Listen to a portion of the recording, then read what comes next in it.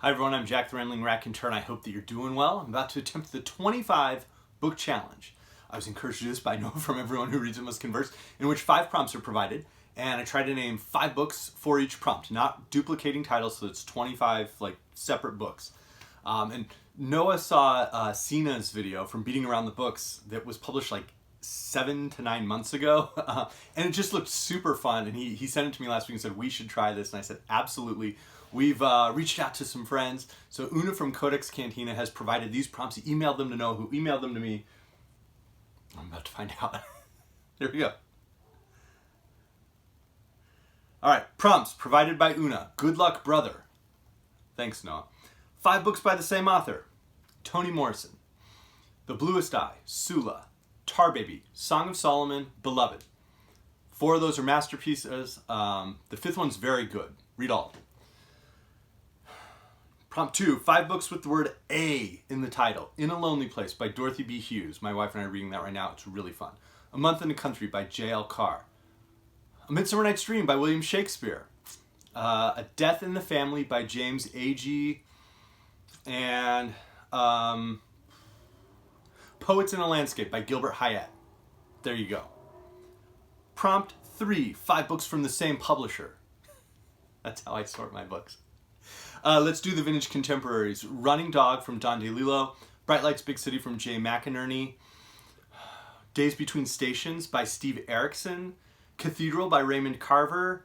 And The Bushwhacked Piano by Thomas McGuane. Prompt 4, 5 nonfiction books. The Infinity of Lists by Umberto Eco. Ever Since Darwin by Stephen Jay Gould. Plutarch's Lives. We'll sort of count that. I can't use Poets in a Landscape. Parting the Waters by Taylor Branch. And I want to say The War with Hannibal, but that feels just not quite actually there. A biography, Jonathan Swift by Leo Damrosch, His Life and His World. Great biography. All right, prompt 5. 5 books written before 1900. The Golden Ass by Apuleius. The Satyricon by Petronius.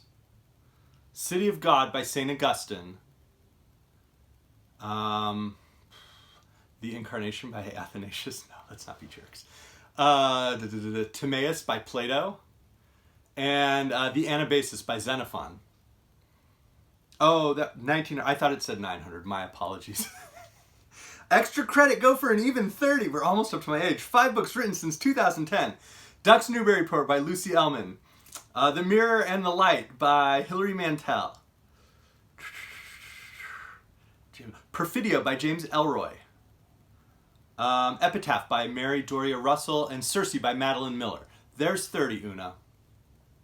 Now, there was a joke, because we're going to go for 35 now. There was a joke about one of the prompts not being 5 books that are the color of a booger. But, in the sake of having some fun, Una, I grabbed some of these. So we have the more standard sort of grayish color. So I've got this anthology of German poetry, and I've got King Alone from Jean Giono. Then we have, sort of that more yellowy color that you sometimes get. So I've got my Portable Poets, okay, and 1983 by David Peace. Nice yellow color. A green, Loving from Henry Green. Okay, really great color. Sometimes that comes out. And then sometimes you have the really kind of scabrous ones. So I grabbed this color, Blood on the Forge by William Attaway. I thought that would be appropriate. I'll try to grab 5 of these to show, 1 from each of the prompts, and have some fun with, but I'm going to go spend the rest of the evening with my daughter. So I hope everybody's doing well. Thanks. Hi everyone, I'm back. I have caught my breath after the exhilarating lightning round of prompts, but I went and grabbed 5 of the books I had mentioned, well, I guess 6 technically, and I want to just do short, quick, minute and a half discussions, recommendations from these. So with Toni Morrison, I've done full-length videos on 3 of those books, Bluest Eye, Tar Baby, and Song of Solomon. So I'd like to talk about Sula, which is an incredible book. It's Toni Morrison's 2nd book. And it does feel closer to the Song of Solomon side of her writing than the Bluest Eye Beloved side of her writing, where those books are truly like deep, intense tragedies. This is a fantastic book, really exploring the long-term ramifications of what seem like single or simple decisions on individuals, and especially on their relationships. And it's an incredible portrait of friendship. So I'm looking forward to reading this in January, because this video will also now act as a soft launch for Jonesing for Janus 2 in 2022, because I have something planned for Sula and another book that's just an incredible read. Now, the A prompt. Let's go with A Month in the Country, because there will be a video on In a Lonely Place coming sometime soon, maybe with a friendly, wonderful person I love discussing it with me. But A Month in the Country by J.L. Carr is a fantastic book. I read it in 2019, shortly before I started this channel.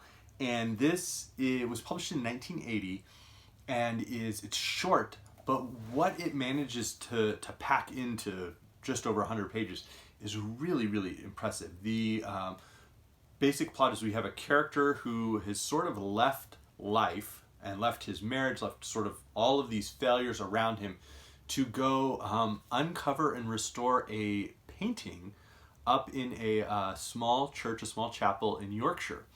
And the little interactions he has with other characters there are fascinating. His own reflection and interactions, the sort of the reflection for individuals who would have been in World War I.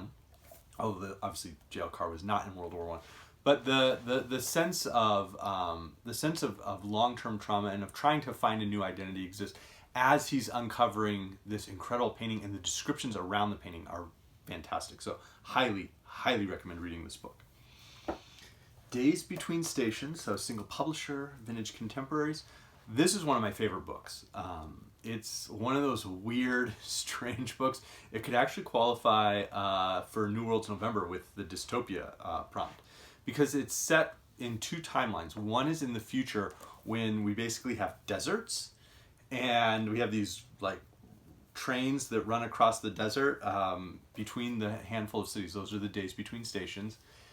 And so as it's going on, there's a character who's there are characters living in that time, but they have found a silent film, and they're interested in sort of like understanding, basically restoring this silent film. And so the alternate timeline is the filming of the silent film, the people who are involved in that.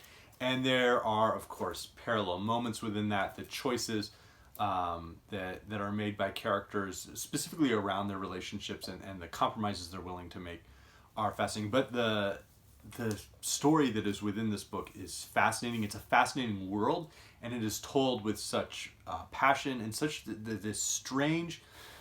There's a strange distance to much of it, and then there are moments where we are pulled into the narrative in a very passionate way. So it's a book I love.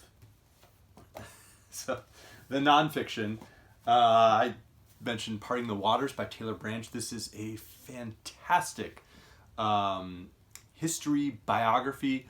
It's a biography of Martin Luther King Jr., Reverend Dr. Martin Luther King Jr., but it's also a history of the Civil Rights Movement, specifically spanning in here 1954 to 1963, and not just Dr. King, but all of these other individuals who were instrumental in like keeping the movement growing, keeping the movement going at real low points and points of horror, points of tragedy, and yet people like finding the time that they step forward, almost in a relay, they step forward, to hold the light out and keep pressing forward. So it's long, it's intensive, it's followed by two more books, The Pillar of Fire and At Canaan's Edge, but it is absolutely worth your while to read and to read attentively.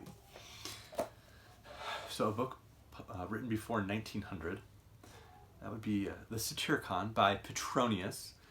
And even though this is a fragment of what was allegedly written historically, it's an early example of a novel. It manages to edge Don Quixote and the Tale of Genji and even the Golden Ass.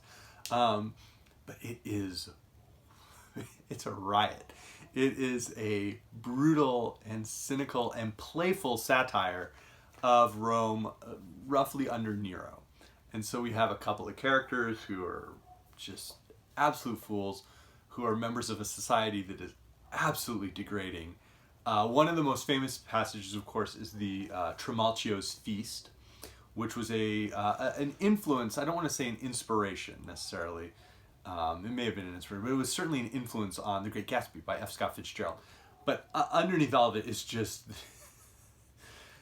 someone with a jaundiced eye laughing at just how horrifying everything is in the Roman Empire. So great book.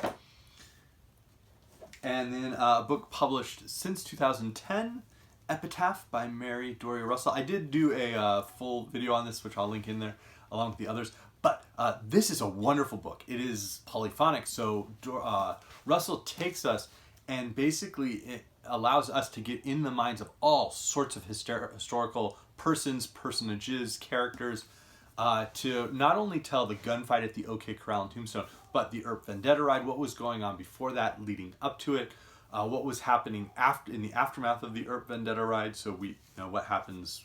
We know Doc Holliday dies in the sanitarium, but what else is, what's happening? What might his thoughts be in that moment? What happens to Wyatt Earp, who lives for a generation or two after the gunfight at the OK Corral? What's going on with him? And so there's so much in this book, and it is so fantastic. It's so well written. So highly recommend it. In terms of the booger books, I picked these for Una. I will simply say that, let's see, 1983 by David Peace. David Peace is one of my favorite writers currently working. This closes out the Red Riding Quartet. This was my least favorite of the books in the Red Riding Quartet. I really was, the first one, 1974, is strong. 1977 and 1980, I think, are two of the finest crime novels written ever. 1983 does feel like a little bit of a letdown. There's almost a sense of nihilism in this book, and across the series, but in this book where we just see defeat after defeat for people who have either perpetrated evil and have made a late choice to suddenly start trying to make a difference, a positive difference, or people who are the victims and have had evil perpetrated upon them, and in their quest to either distance themselves from that and find a new identity, or recapture their identity, or to try and again make a positive difference. We just see tragedy sprawl. So it's a tough book to read. So I would caution you on that. But it does provide some closure to the Red Riding Quartet. And Peace did write GB 84, which is probably his masterpiece after this. So there's some discussions of these books. And now, Noah has encouraged anyone who would like to participate in the 25 book challenge. It's a lot of fun. It gets your heart rate up. I don't know if it got my blood pressure up. You'll be able to tell in the video. But it was a huge amount of fun. So let us know. We'll work out a way where we can try to give you some prompts. We'll try to avoid picking any, that are too disturbing or that are too narrow and weird. He and I have been jokingly messaging like ridiculously difficult prompts. But it's a fun thing to do. So let us know if you want to jump in. And again, I hope everybody's doing well. Have a great weekend. Thanks.